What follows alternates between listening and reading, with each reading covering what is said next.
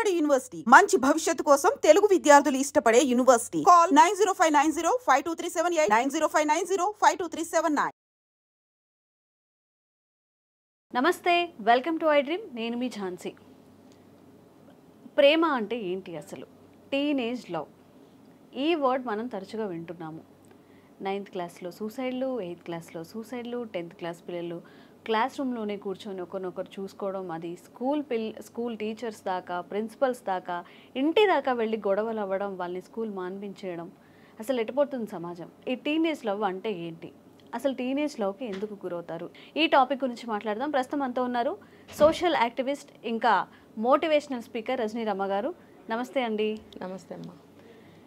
Ma'am, రీసెంట్గా మా రిలేటివ్స్లోనే చూశాను, సంహౌ ఇలా చేశారు, మాట్లాడుతున్నారు అని చెప్పి తనని స్కూల్ కూడా మాన్పించడం, ఇంట్లో కూర్చోబెట్టడం జరిగింది. అంటే ఏంటి, వాళ్ళకి పేరెంట్ లవ్ దొరకట్లేదా, లేకపోతే చెప్పేవాళ్ళు లేరా? అసలు లవ్ అంటే ఏమనుకుంటున్నారు, ఏం ఎక్స్పెక్ట్ చేసి ఇలా చేస్తున్నారు అనేది తెలియట్లేదు. తన్ని కూర్చోబెట్టి మాట్లాడితే కూడా తన దగ్గర ఒక ప్రాపర్ ఆన్సర్ లేదు, ఎందుకు ఇలా చేసావు అంటే. మేబీ వాళ్ళకి తెలిసి తెలియని వయసు. మరి దీన్ని పేరెంట్స్ ఎలా డీల్ చేయాలి అంటారు?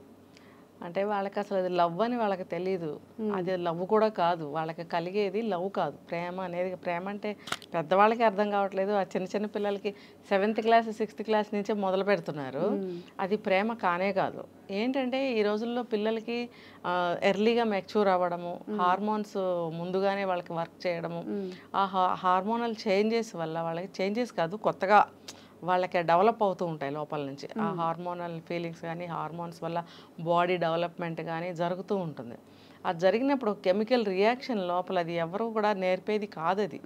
ఆ సమయంలో వాళ్ళు ఒక సినిమా చూసినా, ఒక ఇద్దరిని చూసినా, ఒక కపుల్ని చూసినా, ఇంట్లో అమ్మా నాన్నని చూసినా, చుట్టాలు ఎవరన్నా ఇంటికి వచ్చినా, వైఫ్ అండ్ హస్బెండ్ కావచ్చు, పెళ్లి కావాల్సిన అమ్మాయి అబ్బాయి అవ్వచ్చు, అలాంటి వాళ్ళని ఎవరిని చూసినా వీళ్ళకి కూడా అటువంటి ఫీలింగ్సే కలుగుతాయి. కలిగినప్పుడు ఏ వయసు అబ్బాయి కనిపించినా సరే, అంటే వయసులో ఉన్న ఏ అబ్బాయి కనిపించినా సరే, ఆ అబ్బాయి తోటి ఆ అబ్బాయి అందంగా ఉండనివ్వకపోని ఒక అట్రాక్షన్ అనేది కలుగుతుంది. ఏదో కొంచెం మాట్లాడాలి, అతను కూడా తన వైపు చూసి నవ్వాలి అని, తను అందంగా ఉన్నట్టు ఫీల్ అవ్వడం. అఫ్కోర్స్ ఇది అబ్బాయిల్లో కూడా ఉంటుంది.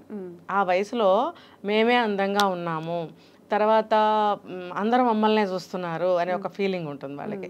Attention seekers. అవును. ఏంటంటే వాళ్ళకి అప్పుడప్పుడే బాడీ గ్రో అవుతూ ఉంటుంది, ఫేస్ కూడా కంప్లీట్గా ఒక పరిపక్వత అనేది ఉండదు వాళ్ళ ఫేసుల్లో. అప్పుడు వాళ్ళల్లో ఇప్పుడు చుట్టాలు అనేవాళ్ళు వస్తారు, ఏంటి ఇది ఇలా ఉంది, ఇది పొడుగవదా, ఇదేంటి ఇది, ఇది ఏదో సంథింగ్ ఏదో కామెంట్స్ చేస్తూ ఉంటారు పిల్లలు మీద, చుట్టాలు అనేవాళ్ళు వస్తే. దాంతో వీళ్ళకి ఒక గిల్టీ వస్తుంది, నేను ఇలా ఉన్నానా, అమ్మో నేను ఇలా ఉన్నాను, ఇప్పుడు వాళ్ళు నా వెంకే చూస్తున్నారేమో, రోడ్డు మీద ఎక్కడికైనా వెళ్ళేటప్పుడు నేను ఇలా ఉన్నాను కదా, నా వైపే చూస్తున్నారేమో, నన్ను వెక్కిరిస్తారేమో. అప్పుడు ఫర్ ఎగ్జాంపుల్ వెనక నుంచి అమ్మాయి లావుగా పొట్టిగా ఉందనుకుందాము, ఇంట్లో ఎవరో అంటారు, ఆ వయసు చిన్నదే, 11 ఏళ్ళు 12 ఏళ్ళు 11 అలా ఉంటుంది వయసు. వాళ్ళు ఇంకా ఎదగాలి, ఎదిగే కొద్దీ సన్నపడతారు, అందాలు మారుతాయి, ఇవన్నీ పాపం ఆ వయసులో వాళ్ళకి తెలీదు. ఆ వచ్చిన పెద్దవాళ్ళు కూడా, ఇంట్లో ఉన్న వాళ్ళైనా సరే, వచ్చిన చుట్టాలైనా సరే, పిల్లల ముందు అందుకే మాట్లాడకూడదు. ఏమో బాగా చదువుతున్నావరా, ఏంటి చిక్కిపోయావనో అలాంటివి మాట్లాడాలి, కానీ బాగా ఆడుకుంటున్నావా, నీకు ఏ ఆటలు ఇష్టము, ఏ ఫుడ్ అంటే ఇష్టం, అలాంటి పిల్లలకి సంబంధించిన మాట్లాడాలి. అలా మాట్లాడకుండా ఇదేంటి ఇలా ఉంది, మన చుట్టాల్లో ఒకళ్ళు ఉండేవాళ్ళు గుర్తుందా, అబ్బో దానికి చాలా వయసు వచ్చే వరకు పెళ్ళి అవ్వలేదులే, ఇలాంటి మాటలు కూడా మాట్లాడుతూ ఉంటారు. ఇలాంటివన్నీ పిల్లల ముందు మాట్లాడకూడదు. దానివల్ల ఏమవుతుందంటే గిల్టీ వస్తుంది వాళ్ళకి. ఇప్పుడు నడుస్తూ ఉంటే నేను వెనక నుంచి ఇలా ఉన్నానా, నా వెనక ఎవరైనా వస్తున్నారా, నన్నే గమనిస్తున్నారా అని అనుకుంటారు. ఇప్పుడు ఎటు చూసినా ఎవరిని చూసినా నన్నే చూస్తున్నారు అన్న ఫీలింగ్ వాళ్ళలో ఎక్కువగా ఉంటుంది. ఈ నవ్వినా, నడిచినా, ఒక పని చేసినా నన్ను గమనిస్తున్నారేమో అని ఒక కాంప్లెక్స్ వాళ్ళల్లో ఉంటుంది. ఆ వయసు అటువంటిది అన్నమాట. తర్వాత 13, 14 వచ్చేటప్పటికి వాళ్ళలో ఆ ఫీలింగ్స్ కొంచెం పెరుగుతూ ఉంటాయి. అప్పుడు ఏ అబ్బాయిని చూసినా వాళ్ళకి అలాంటి ఫీలింగ్స్ కలగడము, మాట్లాడాలని అనిపించడము, ఇది తొందరగా అమ్మాయిల్లో కలుగుతుంది. కొంచెం అటు ఇటుగా అబ్బాయిలకు కూడా కలుగుతుంది. ఆ కలిగినప్పుడు ఏవో మాటలు మాట్లాడాలని, కలుసుకోవాలని, స్కూల్ నుంచి ఇంటికి వెళ్ళేటప్పుడు, ఇంటి దగ్గర నుంచి కలిసి స్కూల్కి వచ్చేటప్పుడు, లేకపోతే స్కూల్ బస్సులోనో ఏదో ఒక విధంగా పలకరించుకోవాలని ప్రయత్నాలు చేయడం. పాత రోజుల్లో అయితే నడిచి వెళ్ళేవాళ్ళు, ఆ రోడ్డు మీద కావాల్సినంత టైము ఇలా వెళ్ళేటప్పుడు పక్క ఫ్రెండ్స్ కూడా నవ్వుకోవడము, వాళ్ళిద్దరిని ప్రైవసీగా వదిలేయడము, ఇవన్నీ జరిగాయి. చూస్తూనే పెరిగాం ఇవన్నీ కూడా. ఇప్పుడు కూడా చూస్తున్నాను. ఊళ్ళ వైపు చూస్తే నేను అప్పుడప్పుడు జర్నీ చేస్తుంటాను కదా, వెళ్తుంటే స్కూళ్ళ నుంచి వెళ్తూ ఉంటారు. ఇప్పుడు పాత రోజులు అలా కలిసి వెళ్ళేవాళ్ళు కాదు. అలా ఎవరన్నా ఇద్దరు ఫ్రెండ్షిప్ చేస్తే కలిసి వెళ్తుంటే వీళ్ళు వాళ్ళకి కాపలా కాస్తూ వాళ్ళకి ఒక ప్రైవసీ ఇస్తూ ఉండేవారు అనమాట. ఇప్పుడు కాలంలో డైరెక్ట్గానే కలిసి వెళ్తున్నారు. కలిసి వెళ్తున్నప్పుడు వాళ్ళు ఏం మాట్లాడుకుంటారని నాకు నవ్వు వస్తుంది అప్పుడప్పుడు. వీళ్ళిద్దరు ఏం మాట్లాడుకుంటున్నారు ఇలా వెళ్తూ, చూస్తేనేమో చిన్న చిన్నగా ఉన్నారు, వీళ్ళు ఏం మాట్లాడుకుంటారని ఆలోచనలు కలుగుతాయి నాకు. స్కూల్ వదిలితే అందరు వెళ్తుంటారు కదా రోడ్డు మీద నుంచి గుంపులు గుంపులుగా, అందులో చాలా అమ్మాయిల అబ్బాయిలు కలిసి ఇలా వెళ్తూ ఉంటారు. అందరూ 7th 8th 9th అలా చదువుతున్న పిల్లలు, 10th అలా అనమాట. ఏంటి వీళ్ళకి ఇద్దరిలో కూడా అలాంటి ఫీలింగ్స్ వచ్చే వయసు అది. అలాంటప్పుడు వాళ్ళలో అది లవ్ అనుకుంటారు. దానికి తగ్గట్టు 10th క్లాస్ అని, ప్రేమిస్తే అని ఇలాంటి సినిమాలు ఏవో వచ్చి ఇంకొంచెం చెడగొట్టాయి. మరి చిన్న చిన్న పిల్లలకి లవ్లు చూపించడము, పెళ్ళిళ్ళు ఇంట్లోంచి పారిపోయి పెళ్లి చేసుకోవడము, వాళ్ళు ప్రెగ్నెంట్ అవ్వడము, పాప బాబు పుట్టడం ఇవన్నీ చూపిస్తున్నారు కదా. అది తప్పు కదండి. అవి అసలు అలాంటివి సమాజానికి పరిచయమే చేయొద్దు. ఎక్కడన్నా బై మిస్టేక్ జరిగితే అది అక్కడే సమసిపోతుంది, బయటకి వచ్చేంత అవకాశం ఉండదు. వచ్చినా సరే పట్టించుకోరు. అంటే పట్టించుకోకుండా కూడా ఉండాలి. అలాంటివి పట్టించుకుని మనం హైలైట్ చేసి మాట్లాడుకున్నామంటే సమాజంలో స్ప్రెడ్ అయిపోతాయి అలాంటివి. ఒక చెడుని తొందరగా స్ప్రెడ్ చేయొద్దు, దాన్ని అక్కడికక్కడే మసి చేసేయాలి అంతే. అది అందులో ఉన్న అర్థం చేసుకోవాలి అంతే. ఇంకా అలా కాకుండా ప్రతిదీ హైలైట్ చేసి ప్రతిదీ సమాజంలో పెట్టడం వల్ల ఏ వయసు వాళ్ళు ఏది కావాలంటే ఆ తప్పు చేసేస్తున్నారు, సహాయపడుతున్నాయి ఇవన్నీ కూడా. ఇది ఇలా జరుగుతుంది, ఇలా ఈ మధ్యకాలంలో ఎన్ని జరుగుతున్నాయి అని చెప్పి ఇప్పుడు ఆ వయసు పిల్లలు వీళ్ళ ఇంట్లో ఇంకో 2-3 సంవత్సరాల తర్వాత ఆ వయసుకు వచ్చే పిల్లలు ఉంటారు. వాళ్ళు జాగ్రత్త పడాలా వద్దా? పడరు. అస్సలు దాని మీద ధ్యాసే ఉండదు, కాన్సన్ట్రేషన్ చెయ్యరు అసలు. లాస్ట్ ఎవరికి తెలుస్తుందంటే పేరెంట్స్ కి తెలుస్తుంది. ఎప్పటికో తెలిసిన తర్వాత అదే కదా పేరెంట్స్ కి తెలుస్తుంది అంటారు. కంప్లైంట్స్ వచ్చినప్పుడు స్కూల్ నుంచో బయట నుంచో, లేకపోతే ఆ పిల్లకి ఏదైనా అయిపోతేనో అప్పుడు తెలుస్తుంది. అదే వీళ్ళు ఇప్పుడు విన్నామండి, మన ఇంట్లో 8 ఏళ్ల పిల్ల ఉంది, నెక్స్ట్ 2 ఏళ్లలో పెద్దదవుతుంది, 2-3 ఏళ్లలో మనం కూడా జాగ్రత్త పడాలి అనే ఒక భయం కానీ అవేర్నెస్ కానీ పెద్దల్లో ఉండట్లేదు.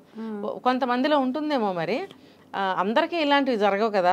ఎక్కడో కొన్ని కేసులు ఇలా జరిగి ఆడపిల్లలు పాడైనారు. మరి పాడయ్యారు అంటే వాళ్ళ పేరెంట్స్ తగిన జాగ్రత్త తీసుకోలేదని మనం అనుకోవాలి. ఇలాంటి జరుగుతున్నప్పుడు చాలా జాగ్రత్తలు తీసుకోవాలి.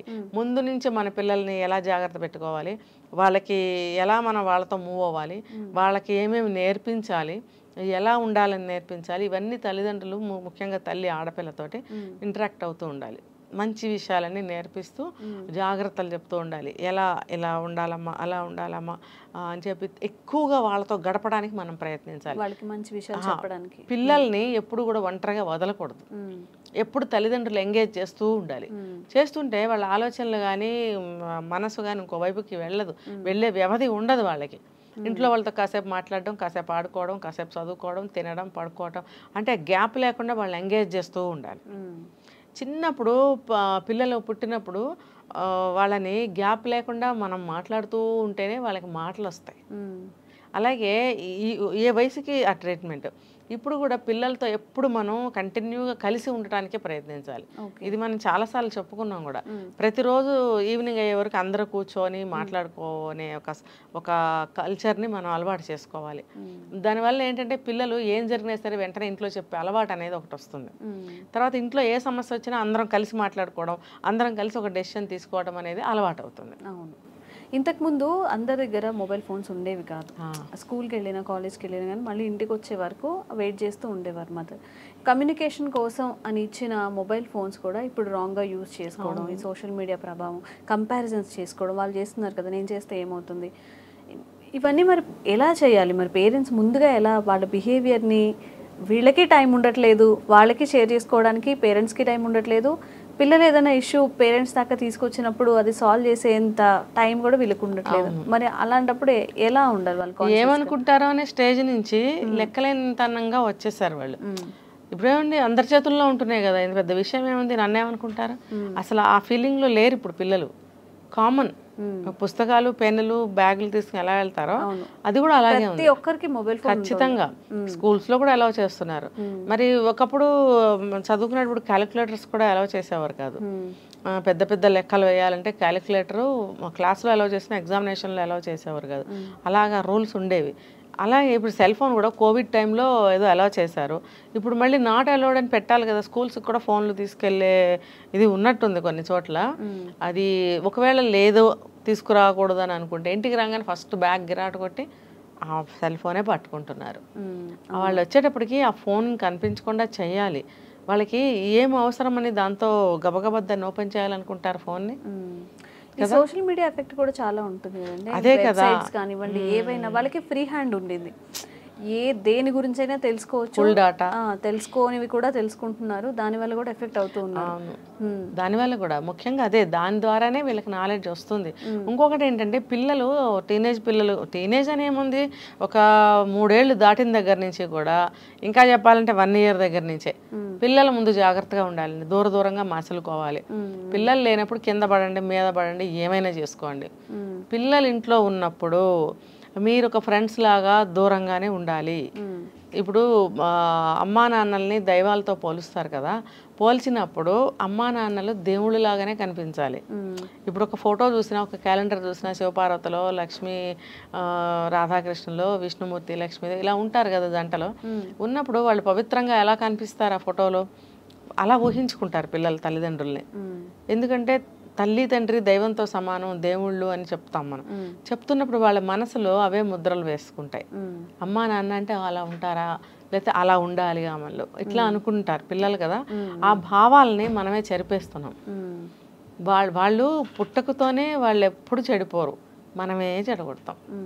ఎలా మనమేం చేపట్టుకుని చెడపాం, మనం చేస్తాం కదా. అవి వాళ్ళు చూసి వాళ్ళు చేస్తారు. అదే మనం పెద్దయ్యాక చేసాం, వాళ్ళు అప్పుడే చేస్తున్నారు కాబట్టి వాళ్ళు చెడిపోయారు అంటున్నాం. మనకేమో అవసరము టైంపాసు, వాళ్ళకేమో చెడిపోవటానికి మార్గాలు సాధనాలు. ఇది తెలుసుకోవాలి. 25 ఏళ్ళన్నా ఉంటాయి కదా పేరెంట్స్కి అనుకుందాం. వీళ్ళు ఆలోచించగలగాలి 25 ఏళ్ళు వచ్చిన తర్వాత ఇవన్నీ తప్పు. సమాజంలో ఇప్పుడు ఎక్కడైనా సరే గోల పెట్టి చెప్తున్నారు అందరూ అని చెప్పి చెవిలో పెట్టుకోవాలి. ఆ మాటని పెట్టుకుని పిల్లల్ని జాగ్రత్తగా చూసుకోవాలి. అంతేగా వాళ్ళు అలాగే చెప్తారులే. ఇప్పుడు ఇది ఏడుస్తున్నాడు, వీడికి ఆ ఫోన్ ఇవ్వకపోతే అన్నం తినడు, ఫోన్ ఇవ్వకపోతే స్నానం చేయించుకోడు, ఫోన్ ఇవ్వకపోతే నిద్రపోడు, ఇలా ఏదో ఒకటి చెప్తారు. చెప్పి అంతకుముందు అయితే టీవీలు ఓపెన్ చేసేవారు. ఇప్పుడు మొబైల్స్ వచ్చిన తర్వాత మొబైల్సే ఎదురుగా పెట్టేసుకుంటారు. టీవీలో అయినా లిమిటెడ్ కంటెంట్ కదా. ఇప్పుడు ఎంటర్టైన్మెంట్ ఎంత వాస్ట్ గా ఉంది. అప్పుడే అలా అనుకునేవారు. మరి అప్పట్లో టీవీ డివైడ్ చేస్తుంది అనుకున్న వాళ్ళు దానికి double triple negative effects phone వల్ల వస్తున్నాయి బాగా. అసలు ఇంకా అది అన్లిమిటెడ్ అన్నమాట. ఆ రేషియో మనం చెప్పలేం. అది ఇంకా దానికి ఒక ఎండ్లెస్ చెడిపోవటానికి ఏం చెప్పాలి దాన్ని, అది చెడిపోవటానికి ఇంకా ఎండ్ లేదు. ఇది చెడిపోతూనే ఉండాలి అంతే. ఇంకా పుచ్చిపోయి పురుగులు బట్టి నశించిపోయి భూమిలో కలిసిపోవాలి.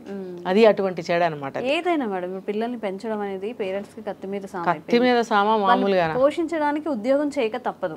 ఇద్దరూ సంపాదించుకోవాలి ఈ రోజుల్లో ఉన్న ఖర్చును బట్టి. వీళ్ళ కోసం ఇంత చేస్తున్నా గానీ వీళ్ళు రాంగ్ వేలో వెళ్తున్నప్పుడు కరెక్ట్గా ట్రాక్లో పెట్టలేకపోతున్నాము. వాళ్ళకి ఇవ్వాల్సిన ఇంపార్టెన్స్ కానీ వాళ్ళకి ఇవ్వాల్సిన టైం ఇవ్వట్లేదు అనేది పేరెంట్స్లో ఉంటుంది. ఎంత కరెక్ట్గా ఉన్నా, ఎంత టైం ఇచ్చినా, ఏం చేసినా ఒక చిన్న తప్పు జరిగినప్పుడు ఆ రిగ్రెట్ అనేది పేరెంట్స్కి ఉంటుంది. అరే మనం ఇలా చేయకూడదు, అంటే ఇలా చేయకూడదు ముందే పేరెంట్స్ చెప్తే బాగుండని అప్పుడు రియలైజ్ అవుతున్నారు. కానీ ఎలా పెంచితే ఇంకా పేరెంట్స్ అంటే ఎలా పెంచితే పిల్లల్ని ఇంకా పేరెంట్స్ హ్యాపీగా ఉంటారు, వాళ్ళకి ఒక మంచి భవిష్యత్తు ఇవ్వడం అనేది అందరిలో కూడా ఒక క్వశ్చన్ మార్కే అయిపోతుంది. కానీ దానికి సమాధానం రావట్లేదు. ఎక్కడ సమాధానం రావట్లేదు, కానీ సమాధానం అయితే ఉంది. ఏంటంటారు ఆ సమాధానం? ఇప్పుడు తిడితే తిట్టామంటారు మరి జనాలు. ఇప్పుడు ప్రతి ఒక్కరికి బుద్ధి జ్ఞానం ఉంటుంది కదా. ఆ బుద్ధిని జ్ఞానాన్ని ఉపయోగించాలా లేదా ఉపయోగించాలి. ఇంకొకటి సెకండ్, పెళ్లికి ముందు కౌన్సిలింగ్ తీసుకోమని చెప్తున్నారు ఈ రోజులను బట్టి. ఒకప్పుడేం అవసరం లేదు.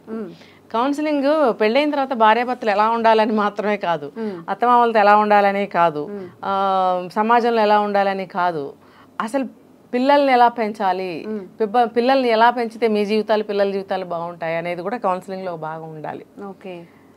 ఎందుకంటే ఇప్పుడు టీనేజ్లో వచ్చే సమస్యలు 7 ఏళ్ళు 6 ఏళ్ళ నుంచి మొదలవుతున్నాయి. ఒక రకంగా మొదలవుతున్నాయి కాబట్టి పిల్లలు పుట్టి భూమి మీద పడిన దగ్గర నుంచి ఎట్లా హ్యాండిల్ చేయాలి వాళ్ళని, ఎట్లా వాళ్ళని గైడ్ చేయాలి, ఎలా పెంచాలి, పెంపకంలో విధానం, పేరెంటింగ్, అది కూడా ఒకవేళ వీలైతే పెళ్ళి అయిన తర్వాతైనా ఒక కోర్స్ చేసుకోవడం మంచిది, ఇద్దరు కలిసి. ఓకే, అసలు మనం ఇద్దరం పెళ్లి చేసుకుని మన ఇద్దరమే సరిగ్గా ఉండటానికి ఓకే అనుకోలేదు, ఇంకా పిల్లలు పేరెంటింగ్ నేర్చుకుంటామా మేము? అమ్మో, అసలు ముందు వీడు లేకపోతే ఇది వాళ్ళిద్దరు అనుకుంటారన్నమాట. ముందు వీడు సరిగ్గా ఉన్నప్పుడు కదా నేను పిల్లల గురించి ఆలోచించేది, అసలు ఇది ముందు నాతో సరిగ్గా ఉంటుందో లేదో అప్పుడు కదా నేను పిల్లల్ని అనేది అని కొత్తలోనే అలా అనుకుంటూ వైవాహిక జీవితం మొదలు పెడితే వీడు అదిగానే ఉంటాయి అభిప్రాయాలు. అర్థమైందా?